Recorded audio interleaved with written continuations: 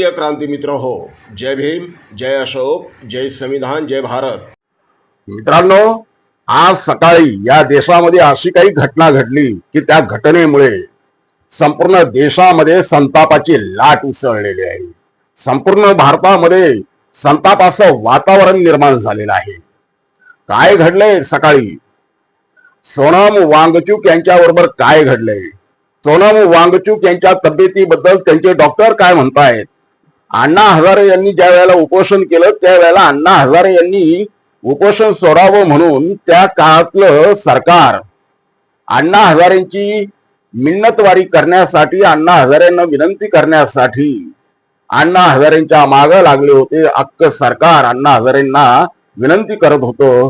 परंतु ह्या वेळेला भारताचा एक महान संशोधक सोनम वांगचुक हे सुद्धा उपोषणाला बसले. परंतु त्यांच्या उपोषणाची दखल मात्र आजच्या सरकारनं, भारतीय जनता पक्षाच्या नेतृत्वाखालील सरकारनं घेतली नाही. सरकार घाबरते. कोणाला घाबरते सरकार? या संपूर्ण घटनाक्रमावर प्रकाशजी आंबेडकरांची काय प्रतिक्रिया आहे मित्रांनो, त्यासाठी हा व्हिडिओ आपण शेवटपर्यंत पहा, ऐका. या चॅनलवर भीम पॅन्थर या क्रांती वाहिनीवर जर आपण नवीन असाल तर या चॅनलला कृपया सबस्क्राईब करा. मित्रांनो, आज सकाळी जंतर मंतरवर एक फार मोठी घटना घडली. सोनम वांगचुक गेल्या 21 दिवसांपासून या देशातल्या, भारतातल्या विद्यार्थ्यांना न्याय मिळावा म्हणून, तुमच्या आमच्या लेकरांना न्याय मिळावा म्हणून उपोषण करत होते. ते त्यांच्या जातीसाठी उपोषण करत नव्हते, ते त्यांच्या एका विशिष्ट धर्मासाठी उपोषण करत नव्हते, ते त्यांच्या स्वतःच्या मुलाबाळांसाठीही उपोषण करत नव्हते, किंवा ते स्वतःच्या अधिकारांसाठी देखील उपोषण करत नव्हते. ते उपोषण करत होते तुमच्या आमच्या लेकरांच्या भविष्यासाठी, भवितव्यासाठी आणि त्यांना न्याय मिळवून देण्यासाठी.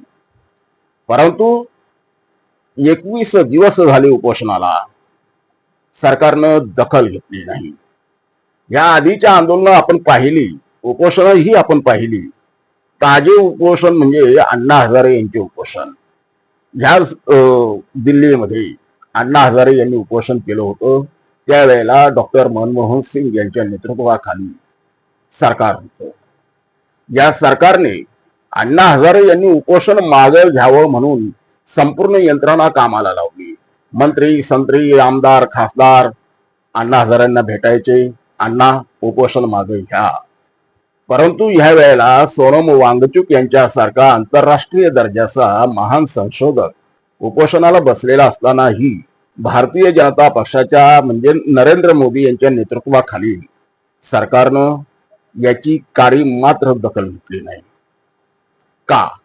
मनमोहन सिंग यांच्या नेतृत्वाखालील सरकार उपोषण करताना किंमत देत होतं, आंदोलनकर्त्यांचा आदर करत होतं, त्यांच्याशी चर्चा करून सन्मानजनक तोडगा काढत होतं.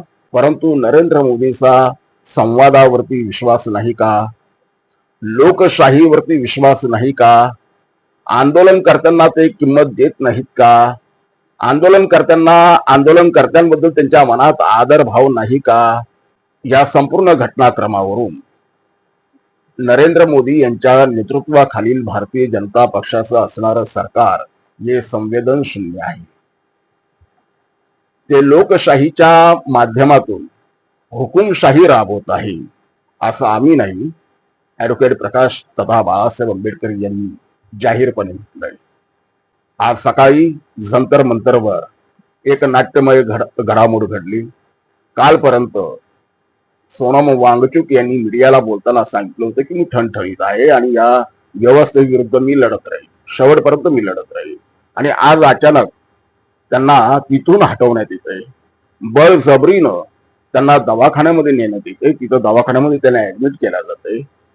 त्यांच्या प्रकृतीला धोका आहे ह्या कारणावर कालपर्यंत बरे असलेले सोनम वांगचुक यांना आज तब्येतीच्या कारणावरून, प्रकृतीच्या कारणावरून दवाखान्यामध्ये ऍडमिट केल्यास जातंय. या सगळ्या घडामोडींवर मीडियानं प्रकाशजी आंबेडकरांशी संवाद साधला. त्यावेळेला प्रकाशजी आंबेडकरांनी आपली बोलकी प्रतिक्रिया आणि रोखठोक शैलीतली प्रतिक्रिया व्यक्त केली. ते म्हणाले, सोनम वांगचुक यांची कालपर्यंत प्रकृती ठीक होती, मग असं अचानक काय घडलं की त्यांना आज त्या उपोषण स्थळावरून बळजबरीनं हटवण्यात आलं आणि दवाखान्यामध्ये नेण्यात आलं. म्हणून मी त्यांच्या डॉक्टरशी फोनवरती बोललो, तर डॉक्टरने सांगितलंय की सोनम वांगचूक यांची प्रकृती ठीक आहे. मग त्यांना दवाखान्यात हलवण्याची इतकी घाई सरकारनं का केली? ह्या प्रश्नावरती प्रकाशजी आंबेडकरांनी सडेतोड उत्तर दिले. सरकार घाबरले. सरकार घाबरले. सोनम वांगचूक यांच्या आंदोलनाला, अभिजित दिपके यांच्या आंदोलनाला सरकार घाबरले आणि म्हणून त्यांनी प्रकृतीच्या कारणावरून सोनम वांगचूक यांना दवाखान्यात हलवलं. मित्रांनो, काही का असेना, परंतु या देशामध्ये सोनम वांगचूक यांना ज्या पद्धतीनं त्यांची अवहेलना करण्यात येत आहे, ज्या पद्धतीनं आंदोलनकर्त्यांना फाट्यावर मारल्या जात आहे, लोकशाहीची हत्या करण्यात येत आहे, त्यावरून देशामध्ये संताप निर्माण झालेला आहे. आज सोनम वांगचूक यांच्या बरोबर जे काही घडलं त्यामुळे देशामध्ये संतापाची लाट पसरलेली आहे. बघूया दवाखान्यात तरी सोनम वांगचूक यांच्याबरोबर सरकार बोलायला तयार आहे का? चर्चा करायला तयार आहे का? त्यांच्या ज्या काही मागण्या आहेत त्या अवाजवी मागण्या नाही, त्या मागण्या काही फार मोठ्या नाहीये. इथल्या विद्यार्थ्यांना न्याय मिळावा, त्यांच्या भवितव्याशी, त्यांच्या भविष्याशी कोणी खेळू नये, एवढा माफक अपेक्षा त्यांच्या आहेत. त्यावरती सरकार काय भूमिका घेतंय त्यात आपल्याला पाहावं लागेल. सोनम वांगचूक यांना पुन्हा एकदा मी आपल्या सर्वांच्या वतीनं जाहीर आवाहन करतो, सोनमजी, आपण उपोषण मागे घ्या, आमरण उपोषण मागे घ्या, ठणठणीत बरे व्हा आणि या सरकारच्या विरोधात एक मोठा लढा उभा करा.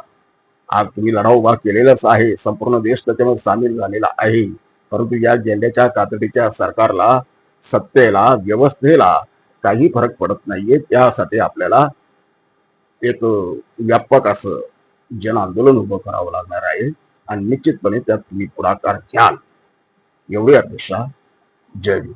प्रिय क्रांती मित्र हो, भीम पॅंथर या आपल्या हक्काच्या यूट्यूब चॅनलला कृपया सबस्क्राईब करून आम्हाला विषमतावादी शक्तींच्या विरोधात लढण्यासाठी बळ द्या, शक्ती द्या, ऊर्जा द्या. कमेंट करा, लाईक करा, शेअर करा.